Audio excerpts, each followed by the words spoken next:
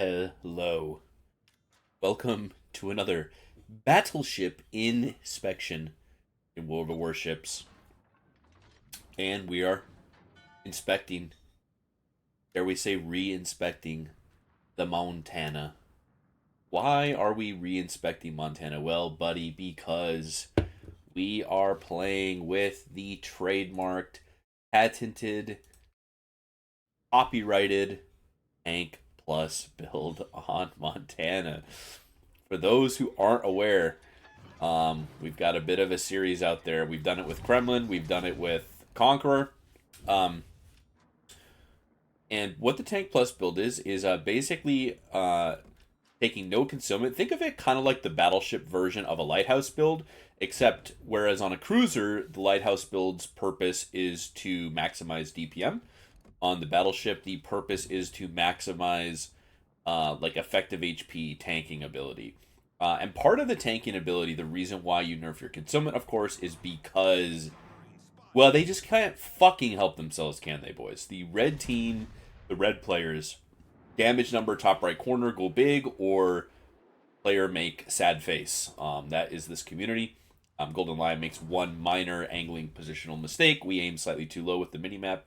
We take half his boat because we're in a battleship, of course. So we are sailing the Montana, the OG Boomer Montana in the Big 25. It's still a great ship. Like, it really is. Now, unlike the Conqueror and the Kremlin Tank Plus specs, we are not taking consumables enhancement, whatever it's called in slot 5. We are, in fact, taking the legendary module on Montana. The unique upgrade. The unique upgrade on Montana provides a 100% meaningless fire and flood duration. Really unfortunate timing on that Hawaii going dark. Truly, so it provides a meaningless fire and flood duration mitigation of like 10%. Which, I mean, with a build is like what, 4 seconds less, 5 seconds less per fire per flood. Truly a cope ability. Truly. And then it also basically meaningless repair time to your rudder. But the big thing is it takes 70% off your rudder shift. Now, Montana, of course, I don't know if it still has, but it used to at one point have literally the worst rudder shift in the entire game. I think it's like 22 seconds base. I'm not sure if that's ever been surpassed. I think it's still the worst. But the turning circle isn't like abysmally dog shit. The turning circle on Montana is like in the mid 900s. So like it's battleship turning, but you know, it's not like Loria, Incomp, Hanover, right? Some of these boats. So when you slap the legendary mod on Montana, I'm not gonna go so far as to say you're in a Thunderer maneuverability wise, but like you are legitimately getting close to like super maneuverability, right? Because 70% off your like 22-second rudder shift is a crazy amount, obviously, right? You know what? I have that number wrong. I'm pretty sure 70% is the amount of time it takes to repair. I think the time it takes off your actual rudder shift is 40%. Probably should have refreshed my memory on that, but yeah, I think that's right. I think it's 40% off your rudder, 70% repair time. It's still kind of pointless because if you lose your rudder in a battleship while turning, you need the rudder back instantly, probably. So, but it basically gives you like about a 13-second ish rudder shift on Montana, which is pretty fucking good. It makes the ship handle better than most battleships, and it mitigates a ton of the damage. All of a sudden, instead of eating like 2 or 3 torps, when you get torped, you maybe only hit 1, right? All of a sudden, when a guy shoots you at 15 kilometers, you can actually slow down and turn in effectively and dodge a lot of the damage. So we want our concealment to be as bad as humanly possible because that will entice the enemy bots into farming us, and that's what we're going to do. I'm in a quote-unquote terrible position. We've got a Golden Lion, a Kushiro, a Yamato, a GK, and the CV wants to farm me, but this is totally fucking fine, buddy. This is what we're here for. And of course, we're running, you know, improved repair party readiness and 2.8 AA skill. And I want you to watch this game. You know, we're looking at 2 back-to-back games as always. I want you to specifically watch this game, and you tell me, in what fucking universe are you not running 2.8 A skill in this game? I mean, if there was an ad campaign for the 2.8 A skill on your BB captains, it's this fucking game. Look at this. This guy gets the RNG of a billion years. He gets a double flood and a rudder knock. But guess what?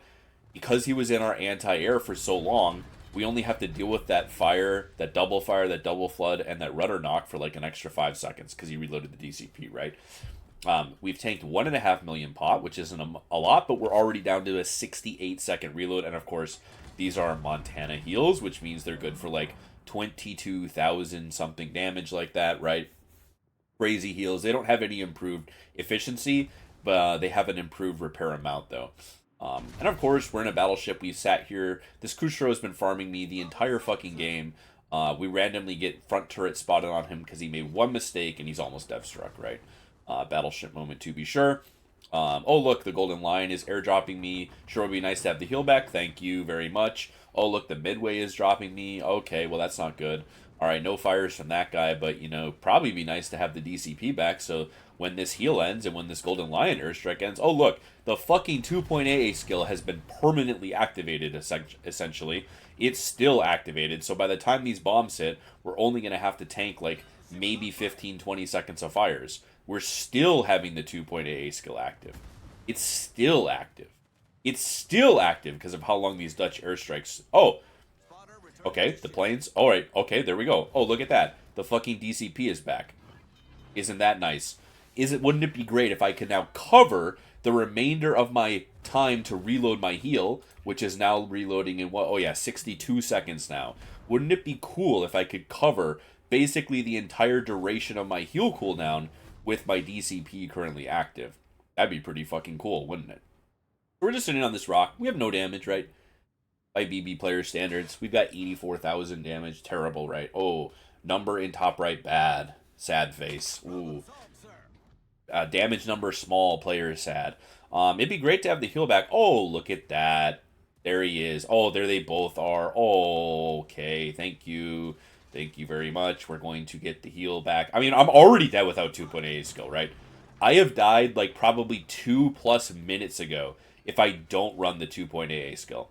Oh no, we're on a double fire. Well, fortunately, Montana's improved healing, unlike most BBs, a single Montana heal basically covers a double fire, so we're covering this double fire that is ticking with our heal. And then by the time the heal ends, we'll basically have the fires, you know, not completely put out, but the fires are only going to tick for another, 20 seconds after the heal goes down, right? And so we're going to... Oh, look at that. Yes, the planes are back. The heal is now reloading in 30 seconds. The DCP is back instantaneously. We insta-hit it because this guy's going to hit us for fires, guaranteed if we don't hit it. So we insta-hit the DCP again, right? We tank the fires. Ooh, not great. Not great. We got to get the heal back. Oh, thank God, though. We're on 700 HP. Thank God the paid actor in the Midway is back. He's back yet again, boys. He's back. Oh my goodness. Because we have Ledge Mob, we actually can turn in on the rock instead of getting stuck out in the open for Montana to shoot us. Oh my goodness. Thank you very much, Midway, for reloading the heal. And we're going to go ahead and print another 20,000+ damage back. And we've still got one heal in pocket after this one. Oh, we got spotted again. This guy, he's basically gone for us the whole game. I mean, I'm dead. How long ago do I die without 2.8 skill, right? Like, how long ago is my boat at the bottom of the ocean without 2.8 skill? The fact that anybody in the year of our fucking Lord, 2025, does not, like, honestly, dude, you should basically, like, I'm not, I mean, this is a somewhat opinionated channel known for the quote-unquote hot takes that are really just, like, lukewarm takes, but, because they don't agree with 99.9% of the player base, they're considered hot takes.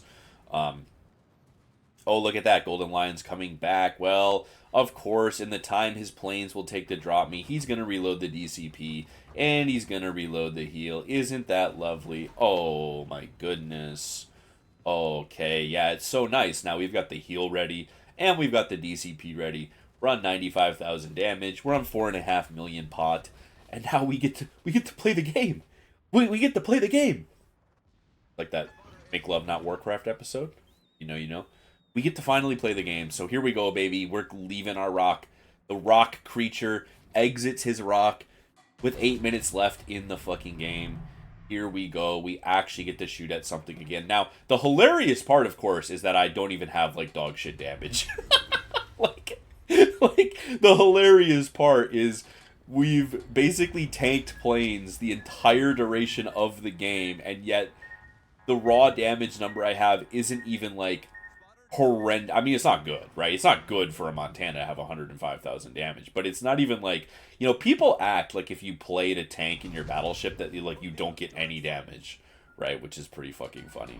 And my goodness, boys, if this isn't serendipitous, I don't know what is.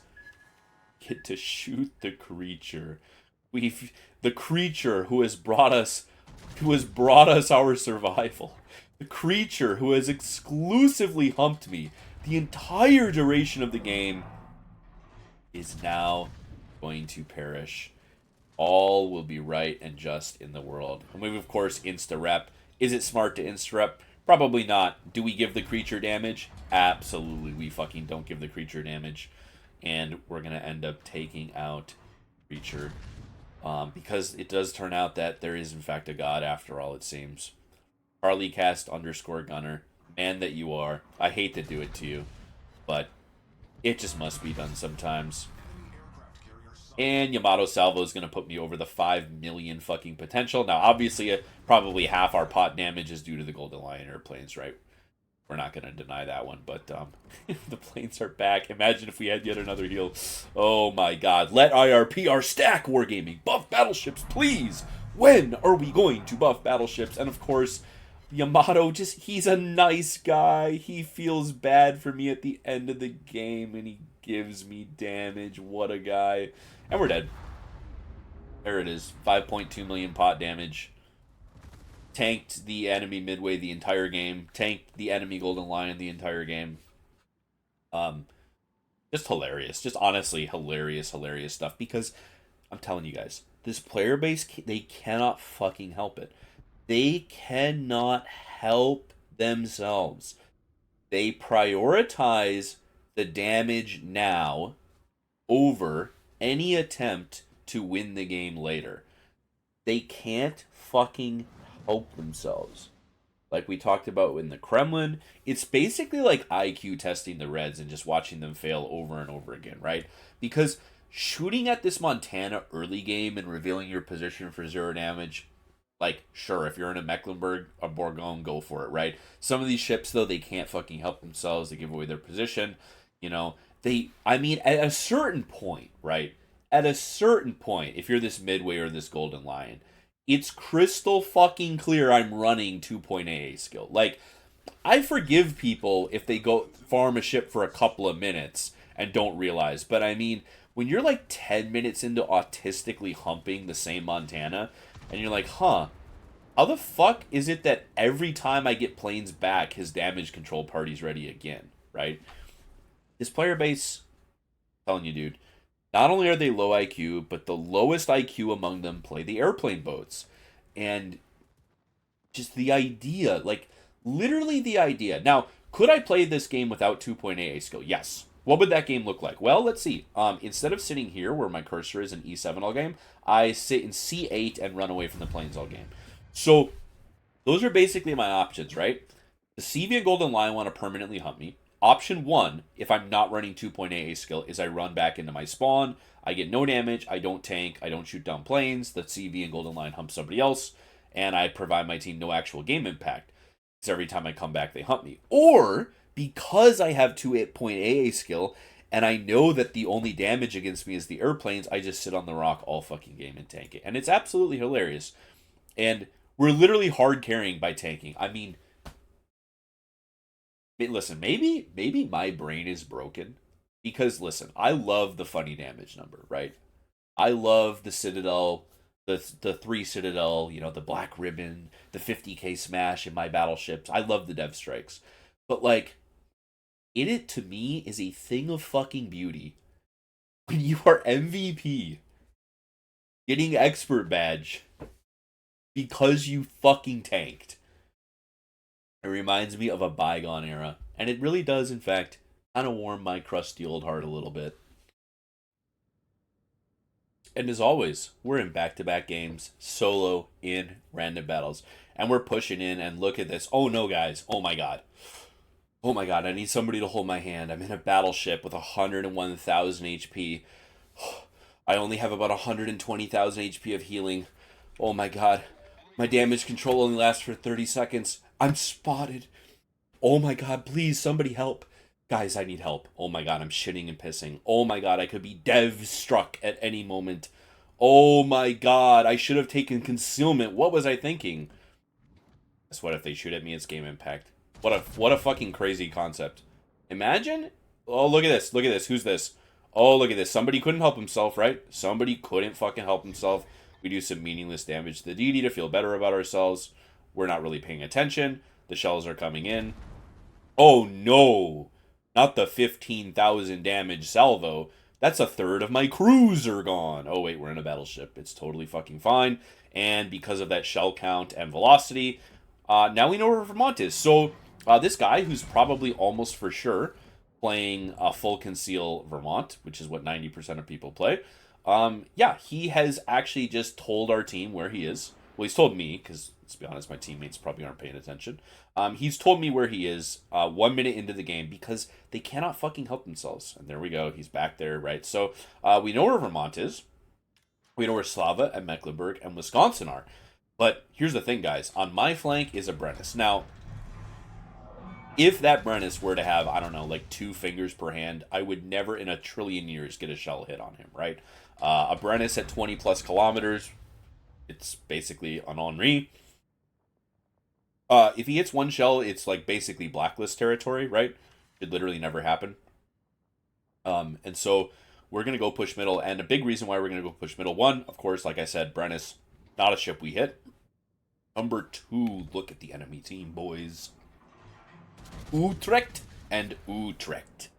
Oh my god, the planes, the planes, the planes. The planes are a fundamental component to my success in Tank plus Montana. A fundamental component. I mean, like, yeah, that's what I mean, right? Like, I took a pretty good lead on him, but I mean, like, he's gonna dodge those shells by full kilometers at that kind of range, right?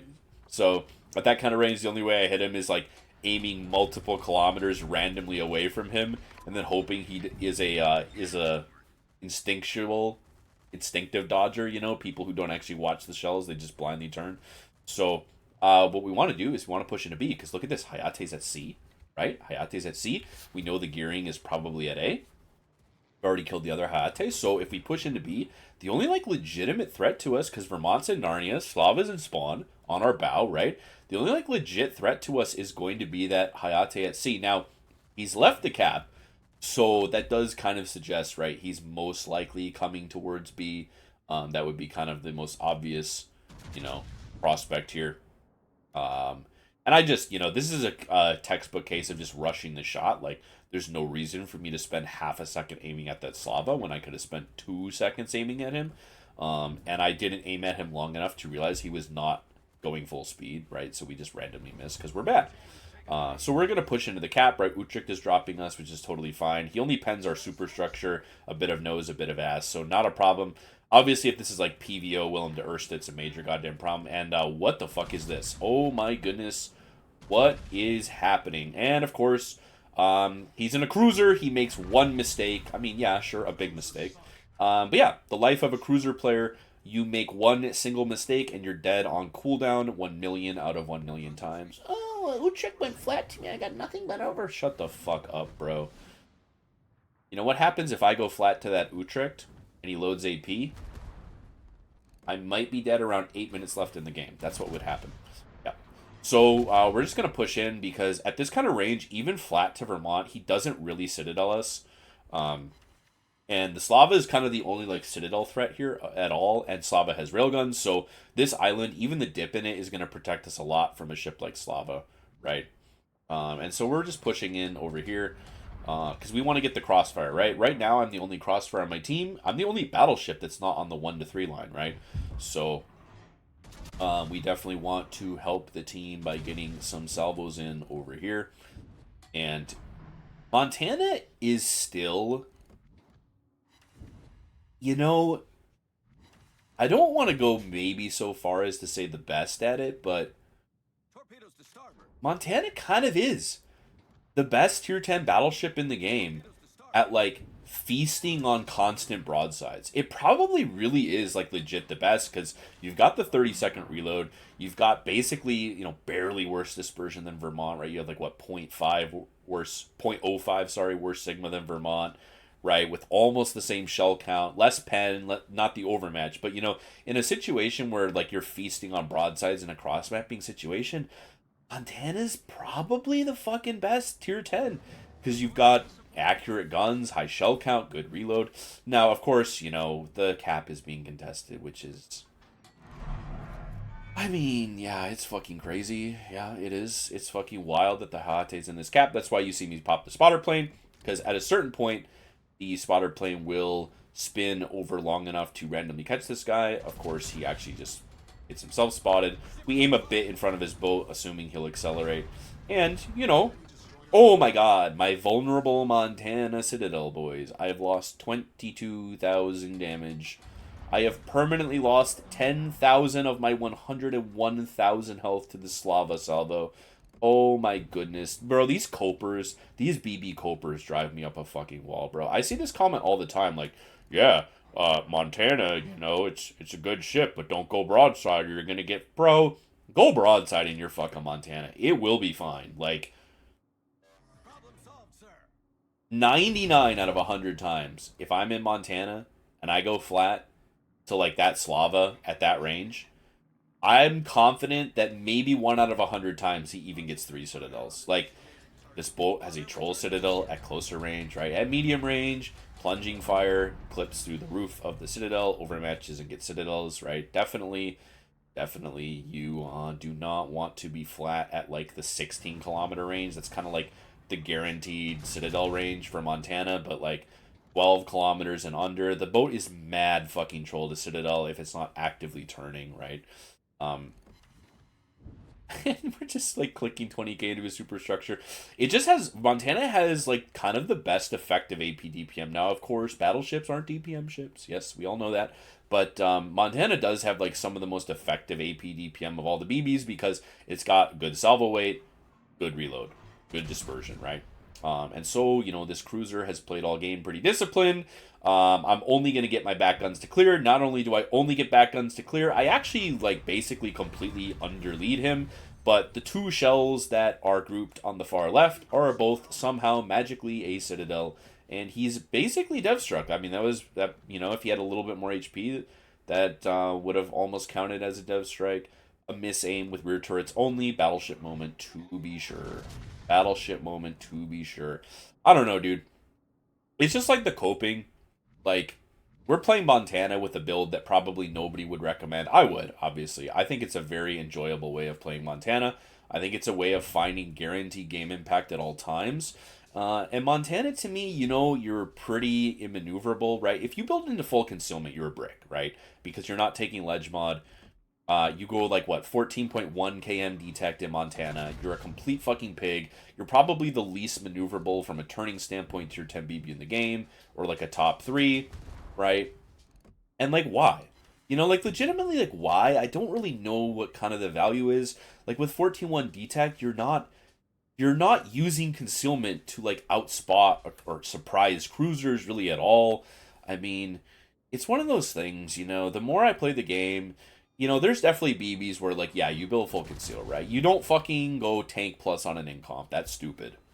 But, your Montana, right? Or something like your Vermont, right? But, like, your Montana, I mean, and, like, the boat is just so consistent, right? We basically just parked middle. This isn't really a high tanking game. It's kind of a shit stomp. But, I mean, the boat is just super consistent, I think it's nice to have these 2 games because game 1 was just an absurd tank pig fiesta.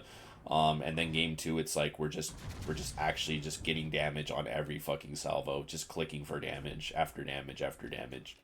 And it's still, Montana just still has like some of the most consistent guns in tier 10. Yes, the shells are slow.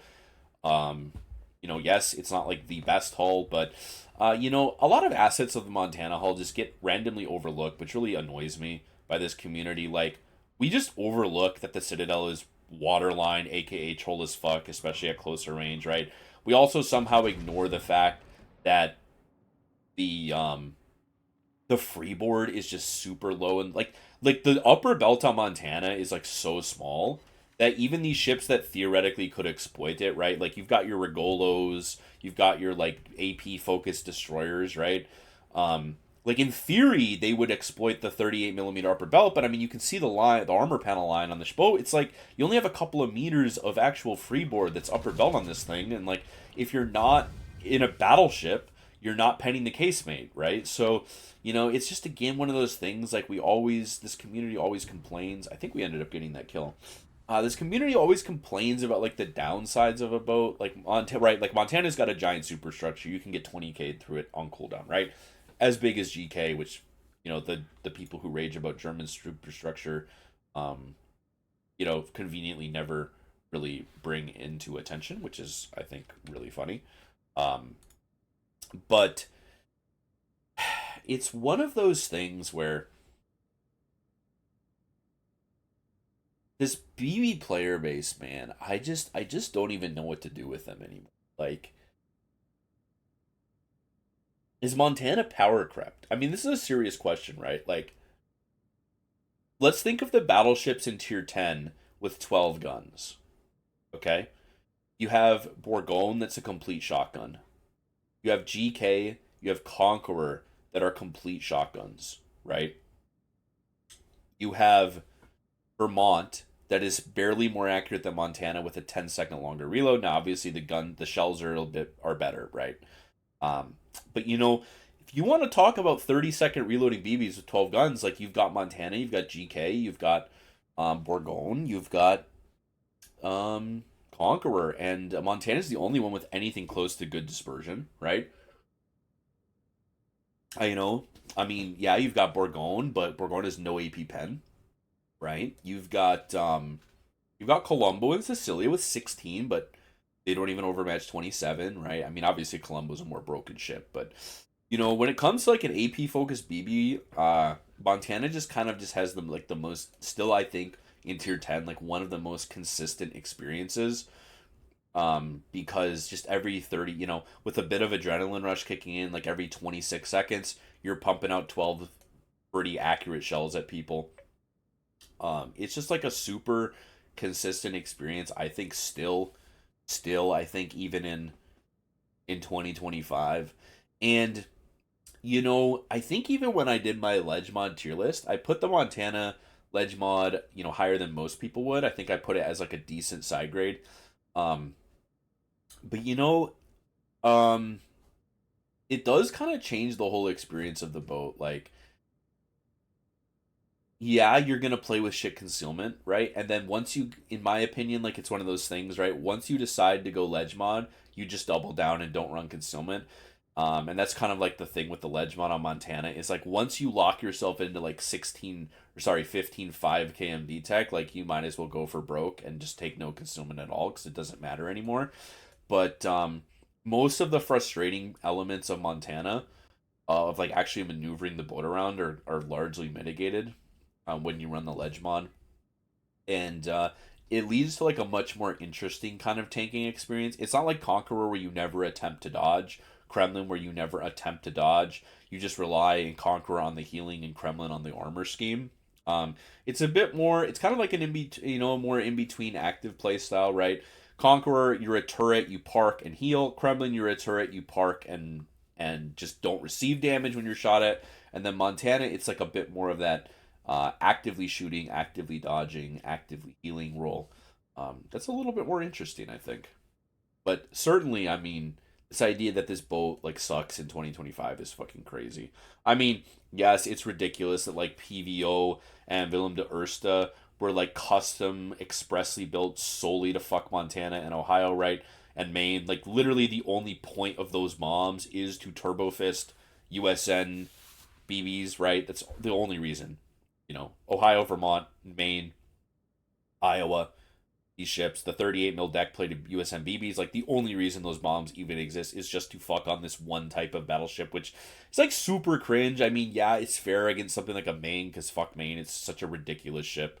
But yeah, when you've got one of those in your lobby, but then again, guys, we're running ledge mod, right? That's the thing, right?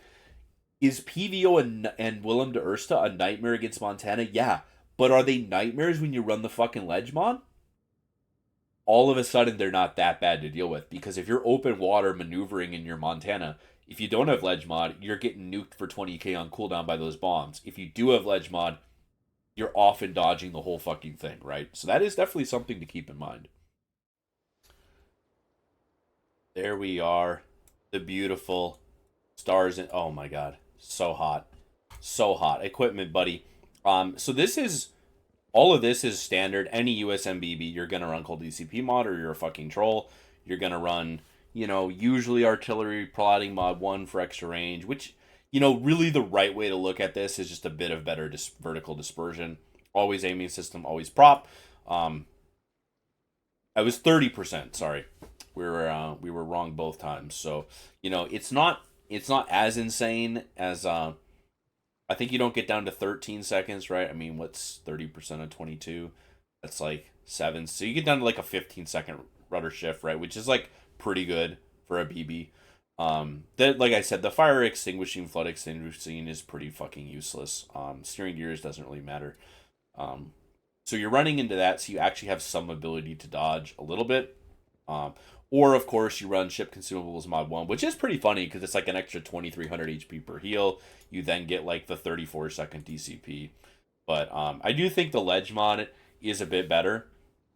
It's not like Conquer, right? The reason why I don't give a shit about Conk Ledge Mod for the turning, even though Conk Ledge Mod is arguably better than Monty Ledge Mod for turning, is that Conqueror just heals everything. Montana doesn't. So dodging AP damage is actually a big deal. And then the captain, it's pretty familiar. It's basically the same thing we run on Kremlin with a tiny tweaks, right? We're not taking concealment. That frees up 4 points. We're always going to run Gunfeeder. We're always going to run 2-point AA. We're always going to run AR, IRPR, healing, and fire prevention. So those 4 points, we're going to slap 2 of them on vigilance. There's 0 value in brisk, right? So we're just slapping those on vigilance because it's just a survivability skill. And it is funny, get 44 torp protection, and combined with your much better rudder shift, you can actually use vigilance to dodge the torps. Vigilance is a weird skill because it's one of those skills that's super underrated just because you typically can't ever afford to take it. But the reason you can't ever afford to take it is because you're BB brained into running the same 21 points on every fucking boat, and you never ever free up a 4-pointer. Even though there are quite a few battleships in the game where either concealment expert, ERE, or fire prevention expert is basically pointless, or IRPR, you could argue, is pretty pointless. There's a handful of them out there, and they do free up points, but nobody wants to use it. But, honestly, like, brisk, we're not ever going dark, right? Obviously. So we're going to slap 2 on vigilance. We could run, like, emergency repair, PM, but because I'm taking range, right? Running improved grease the gears gives me that 36-second 180 time, which is really fucking nice. Without improved grease the gears, I think we're looking at like a 45-ish. Yeah, we're going to look at like a 45-second turret traverse, which is kind of annoying. It's not the end of the world, but it is nice to be able to run these 2 skills because we're just not taking concealment because we don't really give a fuck. We don't really give a fuck, guys. It's okay to get shot at in your battleship. It's okay to take damage in your battleship. It's gonna be okay. I promise you. This boat has 100,000 motherfucking health. Each heal is what? 24?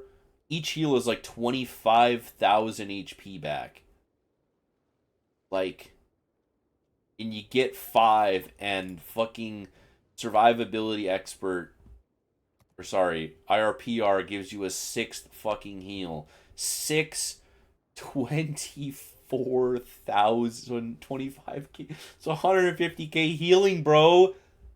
Let the enemy ship shoot at you. My god, man. Get out of fucking spawn one. Okay. So, and then we'll just look at the armor briefly. This is what I mean, right? Like, this is what I mean by Montana's upper belt. is very griefing for especially AP focused destroyers. A lot of destroyers really want to shoot AP, but Montana has so little upper belt to farm. Something that again is one of those things that's like never discussed. Yeah, you might have like a sap DD that pens 38, but like it's hard to abuse it against Montana. Obviously you'd rather have it because it does give you more damage, more surface area, but like a lot of ships, right? A lot of ships where you would like to shoot AP into the upper belts. Montana's kind of obnoxious. Like Montana's really obnoxious if you're in like an Elbing and it's flat. Um, you're in like the Z destroyers if it's flat. Ships where like you really would love to shoot the AP. And you still should, but it's just like 3 non-pens that salvo. 2 non-pens that salvo. Really the major weakness of the boat is the superstructure. The hull is quite low in the water, right? And then, like we were discussing multiple times, the Citadel is like super fucking troll. It's perfectly even with the waterline, essentially. Um, Basically perfectly even. So typically the way that you get Citadels on Montana is you hit it a millimeter above the water. Your shells arc in, overmatch the Citadel deck, and get you a Citadel. Most of the time, unless you're at very close range, you can't really hit water first. That's why like that 12-kilometer range is kind of the range I talk about where it's mad troll, because at 12 km, it's very unlikely you're hitting water and then Citadel with enough pen to sit it. But it's also somewhat unlikely you've got the unicorn height spacing above the deck for an arc to give a deck pen. And you just go flat in this boat all the fucking time, get away with goddamn murder. I mean, the BB Copers will say that, oh my god, I was stuck bow in because I couldn't turn out against the Yamato at 8 kilometers. It's like, bro, turn the fuck out. Just accept the 40k hit. It'll be all right. It'll be totally fine. I mean, you can't do it in any cruiser in the game. But, you can in the glorious Montana, the glorious battleship Montana, because it's a battleship. There's a lot of things you can do in any battleship that you can't do in any cruiser. Like, tank 5 million potential by sitting on a rock against planes. I mean, I think that game we didn't. I don't know if we looked at it, but the damage received was like 250k. It's like Conqueror level tank. It's just hilarious. It's a hilarious boat still. And I think part of the thing with these older boats is like find a way to make them interesting. And to me, this is like how you do that with a ship like Montana. Like full concealment, 14 km detect, 22-second whatever the fuck rudder shift. Nah, it's not for me. This boat is not for me. And like I think if you play it that way and like yeah, you get PVO airstruck and you're hating life, right? Getting feasted on by CVs, and then like all of a sudden, you just stop caring about being stealthy. You just accept that you're going to be swatted all game because like you probably are anyway, even with 14 km detect. You might as well get something out of it, and that's kind of my philosophy. Is like my philosophy in a tanky ship like Montana, right? This doesn't apply to all BBs, right? This doesn't apply to like a Loria necessarily, an Incomp, right? A Bourgogne, like especially a Bourgogne. These ships aren't tanky really. Loria is, but Bourgogne not tanky at all, right? You don't position to always be spotted in Borg. You don't have the healing. You don't have the armor. You don't have the DCP, right? But in a ship like Montana, Ohio, it's like Kremlin, Conqueror. My hot take is if you're spotted all game, you're doing something right.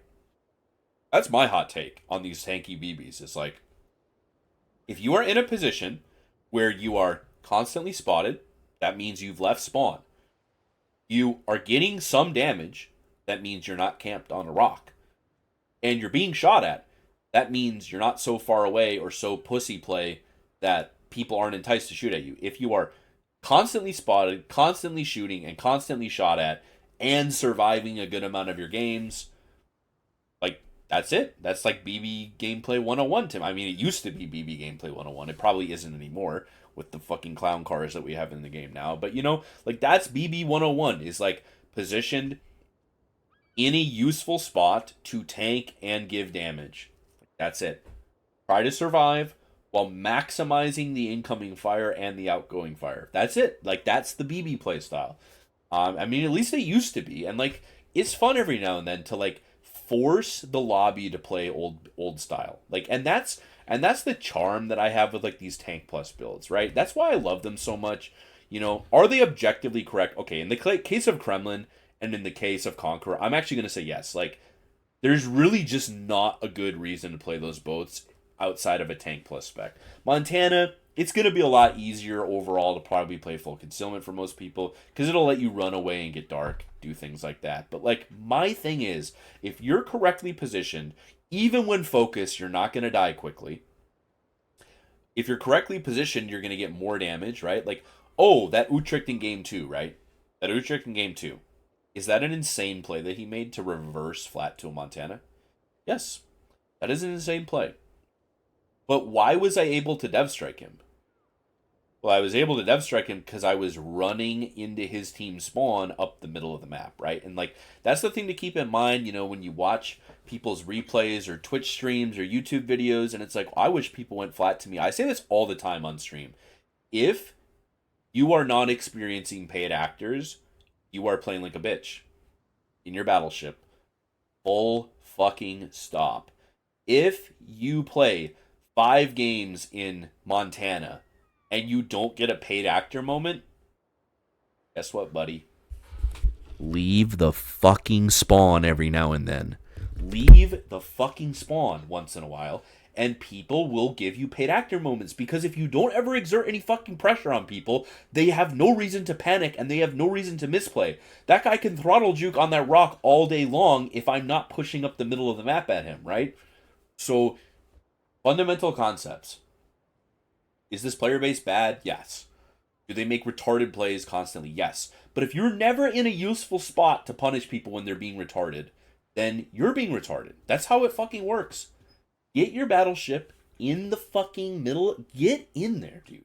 Leave the fucking spawn in your fucking battleship. If I play one more fucking game in a destroyer where a Des Moines just runs me the fuck over in my Shima and my Montana is 18 kilometers behind me, I'm gonna...